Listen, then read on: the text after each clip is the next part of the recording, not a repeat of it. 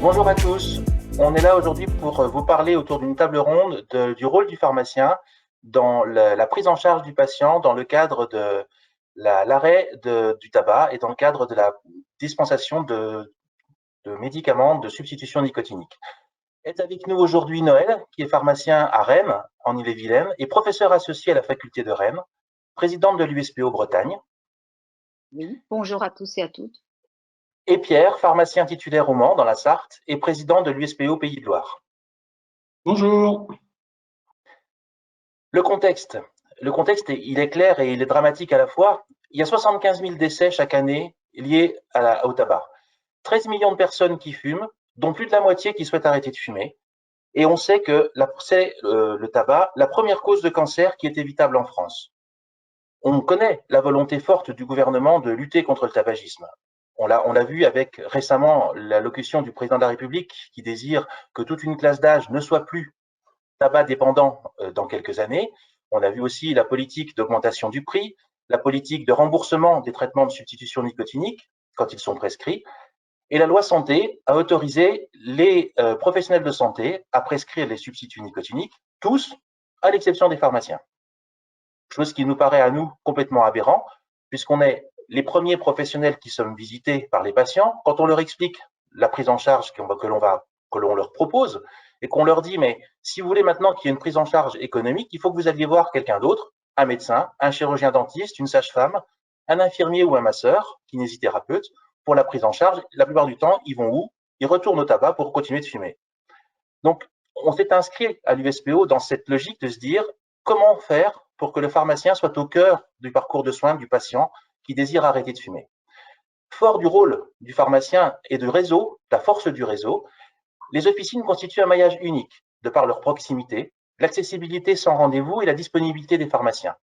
La connaissance que nous avons, nous, professionnels de santé, de terrain, tant sur le médicament comme matière de santé, et on peut être tour à tour informateur, accompagnateur ou un relais aussi dans le cas où on a une pathologie un peu plus lourde et qui a besoin d'une prise en charge un peu plus forte, et on peut orienter le patient vers un médecin, par exemple. On connaît le rôle du pharmacien comme promoteur du bon usage du médicament. Donc ça nous replace parfaitement au cœur du parcours de soins du patient qui a envie d'arrêter de fumer. Et le rôle du pharmacien qui est croissant dans la délivrance de conseils et de la prise en charge de certaines pathologies, qu'on a vu suite à la signature de l'avenant 11 de l'USPO, où on a résolument fait changer le camp du pharmacien en le passant dans le camp du patient et en quittant le camp du commerce. Le pharmacien est habilité à dispenser les traitements de substitution nicotinique sans prescription médicale et donc sans prise en charge. Et pourtant, les recommandations de l'HAS datant de 2013 disent que si le patient souhaite arrêter de fumer, donc on a diagnostiqué que le patient avait une réelle motivation pour arrêter de fumer, l'accompagnement par un professionnel de santé est la prise en charge la plus efficace. Et les traitements de substitution nicotinique sont les traitements médicaux de première intention qui peuvent être prescrits ou dans le cadre d'une stratégie d'arrêt ou de réduction de la consommation dans un premier temps. Et d'ailleurs, il précise qu'il recommandait un suivi hebdomadaire dans un premier temps, puis mensuel dans les 3 à 6 mois suivants. Et c'est à ces conditions-là qu'on a une bonne prise en charge du patient. Alors Pierre, tu as participé à une expérimentation dans ton département, et est-ce que tu peux nous en parler, s'il te plaît? Eh bien, il s'agit de l'expérimentation menée par l'URPS pharmacien des Pays de la Loire, dénommée EOL. Alors, EOL, non pas pour le dieu du vent, quoique ça apporte du souffle aux patients qui sont venus nous voir, mais pour entretien en officine pour ma liberté. C'est très ambitieux et ça consistait à former les pharmaciens aux entretiens motivationnels pour accompagner les patients désireux d'arrêter de fumer. Donc au départ, la tranche d'âge se situait entre les 18-30 ans, donc ceux qui avaient un tabagisme peu ancien. Les pharmaciens devaient avoir, avant de se lancer dans les entretiens, une formation agréée DPC et dispensée par la faculté d'Angers de pharmacie, où il y avait un tabacologue, un médecin tabacologue, un spécialiste des addictions, et également un pharmacien d'officine du Maine-et-Loire, qui a un diplôme également de tabacologie. Donc, il savait exactement de quoi il parlait. Au tout départ, cette expérimentation a été lancée sur 3 départements, le Maine-et-Loire, la Mayenne et la Sarthe. il consistait en un entretien qui durait entre 45 et 60 minutes, un entretien initial, qui permettait de recueillir, comme tous les entretiens que nous faisons, le mode de vie de la personne qui était désireuse d'arrêter le tabac, à savoir on l'interrogeait sur son mode de vie, sur sa catégorie socio-professionnelle, s'il y avait des dépendances à côté, alcool, éventuellement drogue, ou consommation également de TSO. On lui demandait également s'il avait quelques pathologies, pathologies cardiaques, pathologies respiratoires. Et surtout, on lui demandait pourquoi il fumait et pourquoi il avait envie d'arrêter de fumer. Donc, ces entretiens étaient suivis par la suite de 4 autres entretiens dits de suivi, ou là qui durait un petit peu moins longtemps. Et comme ça, on a réussi à suivre un certain nombre de patients sur à peu près 5 à 6 mois, donc, ce qui est une durée relativement comptable pour accompagner correctement le patient. Et à chaque fois en motivant le patient, en lui demandant ce qui allait, ce qui n'allait pas, comment il se sentait, pour vraiment l'accompagner dans son sevrage. Voilà. Donc l'avantage, c'est que cette expérimentation était rémunérée parce qu'on a obtenu un fonds FIR spécifique justement pour une prise en charge. Et les pharmaciens qui avaient mené les 5 entretiens avec ces patients-là étaient rémunérés 150 € pour l'ensemble des entretiens, sachant qu'on avait mis quand même une petite butée, parce que les fonds n'étaient pas extensibles, savoir qu'il fallait maximum 5 patients par pharmacie pour être rémunérés. Il y a des pharmaciens qui ont continué, parce qu'ils ont été quand même très emballés par ce type d'expérimentation, et ils ont continué à suivre d'autres patients et à inclure d'autres patients. Donc, il y a des officines qui ont reçu entre 7 et 8 patients supplémentaires, justement, pour pouvoir poursuivre cette expérimentation. Donc, à la fin de l'expérimentation, il y a eu un retour qui a été fait auprès des URPS et notamment, il y a eu également un questionnaire d'autosatisfaction pour le pharmacien, pour savoir ce qu'il pensait justement de ces expérimentations et cet accompagnement, qui est quand même relativement novateur. C'est quelque chose dont on n'avait pas trop l'habitude de faire. Je vous rappelle, 2017, c'était les prémices des entretiens. Et puis, de la part également des patients qui étaient venus suivre ces entretiens en officine. Que ce soit de la part du côté des pharmaciens ou du côté des patients, tout le monde a trouvé ça extraordinaire. La majorité des pharmaciens ont dit que ce qu'ils avaient trouvé super, c'était que la vision du patient avait totalement changé par rapport aux relations et au rôle que pouvait avoir le pharmacien au comptoir, qui n'était pas qu'un pousseur de boîte, un délivreur de boîte, c'était quelqu'un qui s'intéressait à la santé de ses patients. Voilà. Et puis, l'expérimentation aurait dû être étendue à l'ensemble des départements des Pays de la Loire, avec une simplification à la fois du questionnaire et surtout de la saisie. Parce que là, on avait opté pour une saisie en ligne, ce qui facilitait non seulement le retour des réponses au questionnaire, mais également par la suite l'exploitation des résultats. Voilà. Et puis il y a un virus nommé Corona qui s'est invité à la fête et qui a tout mis en l'air, ou en tout cas suspendu, puisque j'espère de toute façon que cette expérimentation sera reprise cette année ou en 2022. Voilà. Merci beaucoup, Pierre. Effectivement, on se rend bien compte que quand on remet le patient au cœur de son parcours de soins, tout le monde y trouve son compte, tant le professionnel de santé que le patient, et surtout le patient. Au moins, on lui doit ça. Ce dont tu viens de nous parler est directement dans la ligne droite de cet avenant 11 qui a été signé par l'USPO il y a en 2017 et qui a fait prendre au métier de pharmacien le virage que l'on connaît et le virage du camp du patient avec une vraie prise en charge de son parcours. On avait prévu dans cet avenant 11 en 2017 qu'il y aurait un groupe de travail entre les syndicats et l'assurance maladie qui se réunirait pour définir un dispositif de lutte contre le tabagisme. Ça a été mis à l'ordre du jour du directeur général de la CNAM comme étant un des points forts de 2021, un des travaux sur lesquels on va se pencher maintenant, qui vient de débuter, ça a débuté il y a quelques semaines, et qui a fait une proposition déjà pour que l'USPO a fait une proposition pour que le pharmacien puisse prendre en charge le patient dans un parcours de soins avec un entretien de repérage, puis un entretien motivationnel qui va être à la fois de connaître la motivation du patient, mais aussi de motiver le patient pour continuer d'arrêter de fumer, parce qu'on va se rendre compte que ces entretiens motivationnels, au cours du temps, ils vont avoir toute leur importance. Et puis, s'il y a besoin d'un substitut nicotinique, d'être à l'initiation de ce substitut nicotinique et de le faire, bien sûr, prendre en charge par l'assurance maladie,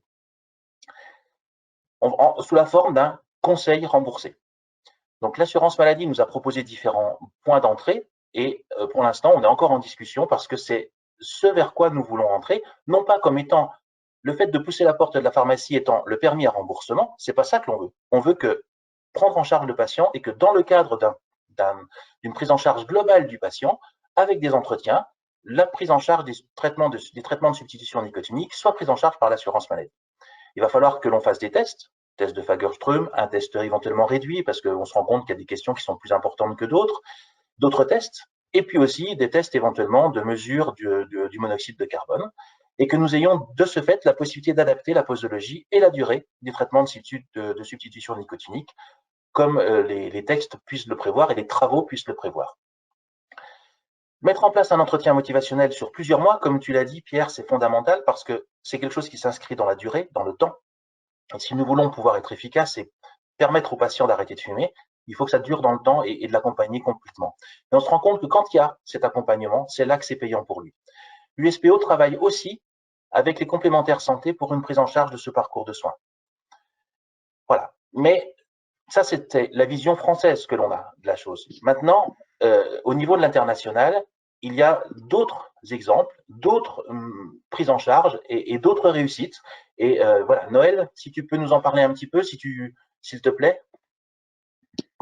Ok, juste pour appuyer en fait tes dires, c'est toute la problématique du pharmacien qui a un savoir-faire, mais qui n'a pas toujours eu les moyens de le faire savoir. Donc, l'USPO fait avancer les choses, c'est primordial. Juste par ma lorgnette, finalement, de professeur associé, bien évidemment, mes étudiants, ils sont formés à l'accompagnement dans le sevrage tabagique et déjà dans l'entretien motivationnel. Donc, nos jeunes, ils sont prêts. Maintenant, reste à mettre les choses en place, je comprends bien. Je rajouterai qu'à l'officine, non seulement nous voyons nos patients pour leur renouvellement de substituts nicotiniques et que c'est le moyen et l'opportunité de faire également cet accompagnement et ces entretiens de suivi, mais nous avons aussi des patients qui échappent totalement, on va dire, au parcours médical, qui viennent pour un simple rhume ou alors simplement un besoin de sirop antitussif.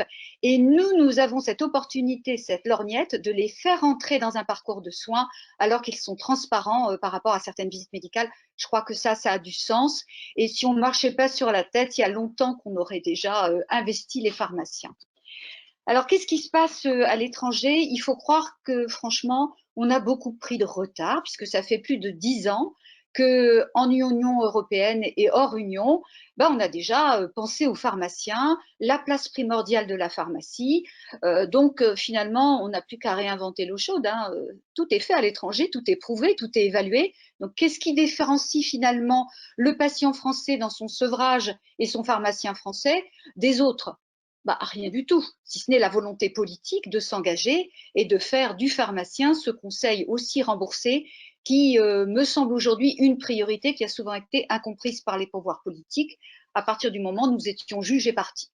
Voilà. Donc, les études qui ont été faites globalement à l'international ont mis en évidence sur l'ensemble des pays, et il y a une étude que je trouve très intéressante par rapport à l'analyse anglaise qu'elle donne. Donc, on a fait un classement de toutes les interventions qui ont été faites finalement et mises en œuvre, et on a déterminé des pourcentages en fait de réussite. Alors, ce qui réussit le mieux, c'est le soutien en groupe, avec bien sûr l'accompagnement, le traitement médicamenteux. OK. Le groupe, ça c'est l'ETP, l'éducation thérapeutique du patient, c'est praticable effectivement, mais aujourd'hui, si ça marchait si bien en France, on le saurait. Donc, le deuxième point qui est fort dans cette étude, c'est de dire que ce qui marche très bien, donc amélioration du taux d'abandon du tabac pour 200 à 300%, donc on est quand même très bien placé, plutôt que les 300% des groupes, Ben, c'est exactement ce que nous proposons à l'USPO. C'est-à-dire qu'on va parler d'un soutien individuel, effectivement des entretiens, le côté motivationnel avec la posture, le cycle du changement, identifier la période où se situe le patient. Bon, bah, tout ça, on sait faire. Et les séances qui vont être au départ hebdomadaires, puis ensuite mensuelles, et bien évidemment la prise en charge médicamenteuse. Donc aujourd'hui, les études, elles sont là, ça date de 2016. Globalement, je ne vois pas pourquoi on ne serait pas capable de faire aussi bien que les autres. Maintenant, si on rentre effectivement dans le détail, il est clair qu'il faut toujours avoir cet entretien et ce traitement médicamenteux dans une prise en charge qui peut être soit par des complémentaires santé, soit par des assurances maladie. Nous n'avons pas les mêmes systèmes de prise en charge en dehors de la France, mais le patient reste toujours le même avec sa problématique et la lutte contre le tabagisme, c'est universel, hein. Alors les Canadiens, bien évidemment, bah oui, ils ont la chance d'être cliniciens, donc bien sûr, sur cet item, eh ben, ils vont être aussi prescripteurs, voilà. Et puis ils font des consultations. Alors nous, on n'est pas des prescripteurs, on est des conseillers, et nous, on ne fait pas de consultation et on fait des entretiens. Vous me donnerez la différence en sémantique, je ne la connais pas vraiment, mais l'objectif est le même. Voilà. Mais comme ça, on satisfait toutes les parties et je pense qu'aujourd'hui, il faut vraiment de l'interpro. Petite parenthèse, tous ceux qui ont le droit de substitution, le droit de prescription dans le champ de la santé, c'est très bien par la loi santé, mais ils n'ont été assujettis à aucune obligation de formation en amont. Et je voudrais connaître les statistiques qui nous donnent l'amélioration en fait de la prise en charge et de la couverture de la substitution par leur biais. Et donc, si j'avais des chiffres, ça pourrait permettre de dire que nous avons une efficience potentielle plus. Alors, au Danemark, alors je ne pourrais pas vous le traduire, enfin vous le dire dans la langue, mais ils ont un programme qui s'appelle Viens et arrête. Alors ça, c'est proposé dans de multiples municipalités et c'est toujours l'entretien individuel. Il y a également la prise en charge des TNS. Eux, ils ont innové un peu plus avec, en plus du présentiel, du soutien téléphonique, donc ils font du phoning. Ça peut avoir du sens. Il y a aussi des applications sur mobile. Voilà, l'utilisation du numérique en complémentarité du présentiel pour renforcer le suivi. Pourquoi pas, hein, ce sont des expériences qui ont été positives. L'Irlande du Nord, moi j'aime bien ce qu'ils ont trouvé, c'est que le pharmacien porte un badge. Pourquoi pas demain, on le porte pour la vaccination, hein. Je me vaccine, je vous protège. Eh bien, si on porte un badge dans l'esprit de l'Irlande du Nord, où il y a marqué globalement, si vous voulez arrêter le tabac, je peux vous aider. Le fait de le voir marqué en gros, alors on va se badger pour la vaccination, pour le tabac, pour tout, mais voilà, ça peut susciter aussi du questionnement au comptoir, sachant que nos officines, elles doivent être un espace de communication qui parle. Et par nos vitrines, par nos affichettes, par les leaflets du CESFARM, il faut communiquer sur cette compétence du pharmacien et pas rester dans la discrétion, ça n'apporte rien, hein. Donc pour les Irlandais, ils ont fait un petit questionnaire tout simple pour entrer en conversation. Globalement, est-ce que ce patient il fume déjà? Est-ce qu'il aurait éventuellement envie d'arrêter? Et est-ce qu'il a arrêté en bénéficiant déjà au cours des 6 derniers mois d'un entretien? Parce qu'en fait, les entretiens sont cadencés au-delà de par période de 6 mois, tout simplement. Et à partir de ça, il a été créé une plateforme qui nécessite une formation obligatoire pour les soignants, quels qu'ils soient. Pharmaciens, médecins, tout le monde doit se former, parce qu'en général, chez nous, c'est unilatéral. Il y en a qui ont la science plus infuse que d'autres. Je ne sais pas, je dis ça comme ça. Et en plus, obligation de renforcer ses connaissances, de les rafraîchir tous les 3 ans. C'est-à-dire qu'on a des acquis, mais la science, elle bouge. Et nous, on doit suivre le mouvement. Donc, je trouve ça pertinent. Donc, sur l'Irlande du Nord, ils ont les consultations, une fois qu'ils ont fait leur petit entretien avec leurs questions simplissimes. Ils ont introduit le test au monoxyde de carbone. Bon, tu en as parlé, Pierre. La HAS ne semble pas totalement en phase sur la validation de ce test. Bon, ça, c'est à débattre. Et puis, bien évidemment, il y a le suivi semaine par semaine. Et puis, il y a la prise en charge de ce traitement pour les patients. Pour ce qui est du Pays de Galles, alors eux, ils ont un statut particulier parce que ce sont des ordonnances collectives. Au Canada aussi, ça existe. Nous, on n'est pas dans cette dimension. y entrera peut-être un jour. Toujours est-il que ne sont éligibles que les patients qui ont arrêté de fumer depuis au moins 4 semaines. Voilà, c'est un statut un peu différent. Et pour ce qui est de l'Angleterre, l'Angleterre n'a pas de système national. En fait, il travaille sur des autorités de santé locales et chaque région, en fonction de son autorité, peut avoir des modalités. Donc, de toute façon, l'accompagnement est effectué au niveau de la pharmacie, mais sur certaines régions, on peut avoir une prise en charge au sein de l'officine, mais par des intervenants extérieurs. Donc, vous voyez que tous les schémas sont possibles, mais la conclusion est toujours la même. La pharmacie, le pharmacien, la prise en charge, l'entretien motivationnel et le suivi dans le temps. Et là, on a la clé de la réussite. Et pour moi, ça ne fait pas de doute, ça va marcher. Merci beaucoup.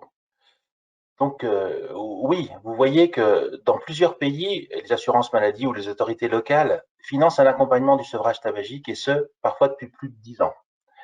Et ces études ont fait l'objet de plusieurs rapports qui ont toujours montré et mis en avant que les services en pharmacie de sevrage tabagique, qui incluent un soutien comportemental et ou des substituts nicotiniques, sont efficaces pour aider à arrêter de fumer et présentent un réel coût-efficacité favorable, notamment lorsqu'ils sont comparés au traitement habituel. Ça, ce sont des conclusions de ces études qui ont été faites.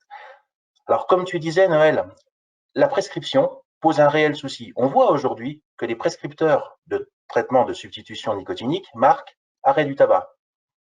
Pas de posologie, pas de durée, rien. Même pas de nom de médicament, même pas de type de médicament. Le travail, il est fait par le pharmacien derrière. C'est normal. Ils n'y connaissent rien. Voilà, exactement.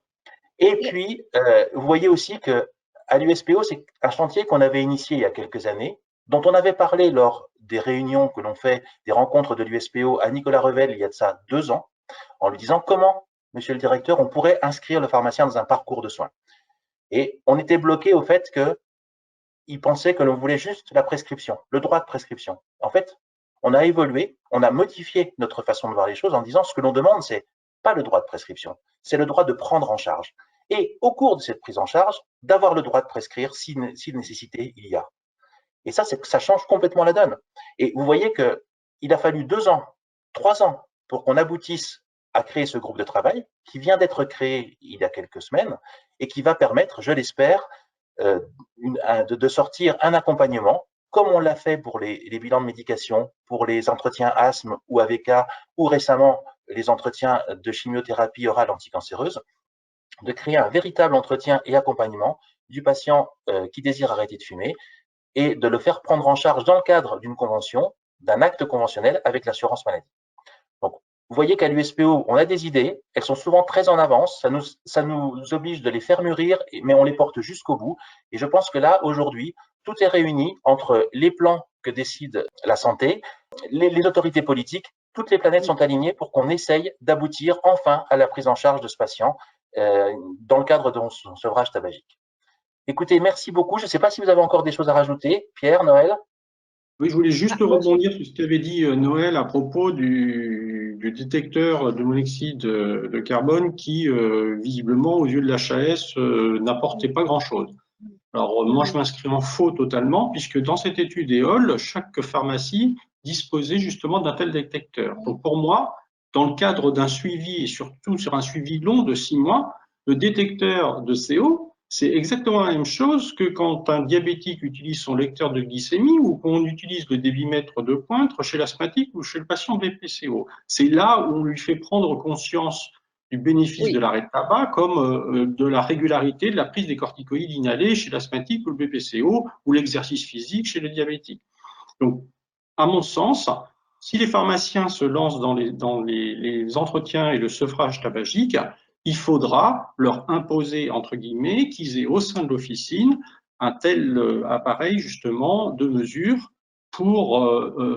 parce que les discours, c'est très joli, l'écoute, c'est très joli, les rendus de bilan, c'est très joli, mais la seule chose qui aux yeux des patients, a de la valeur, c'est l'effort que j'ai fait à payer. Et comme on le voit, pour moi, c'est avec ce type d'appareil qui permet justement de mesurer qu'il y a une réelle amélioration de l'état de santé du patient. Voilà. Non, mais j'appuie ton discours, Pierre, complètement. Après, il ne faudra pas oublier que le guide qui sera rédigé aussi dans le cadre de la prise en charge et de ces entretiens devra recouper aussi des données, on va dire par exemple HAS, hein, c'est souvent le cas. Donc, ça fera l'objet effectivement, je dirais, d'échanges productifs et positifs. Hein, je comprends. Et puis, fort de ton expérience, Pierre, on va tirer cette présence du test de monoxyde de carbone pour qu'il soit présent dans la convention dans l'acte conventionnel qu'on va signer avec l'assurance maladie. Parce que je te rejoins, je pense que c'est important. C'est important au début pour voir si le discours est en cohérence avec la pratique. Entre quelqu'un qui nous dit fumer 5 cigarettes par jour et avec un test qui va nous laisser penser que c'est plutôt 2 paquets. Et puis, l'évolution dans le temps, c'est important que l'on puisse savoir et que l'on puisse mesurer les choses. Et comme tu dis, c'est mettre en image, en lumière, le résultat de l'arrêt du tabac. Donc, c'est important. Voilà. D'accord.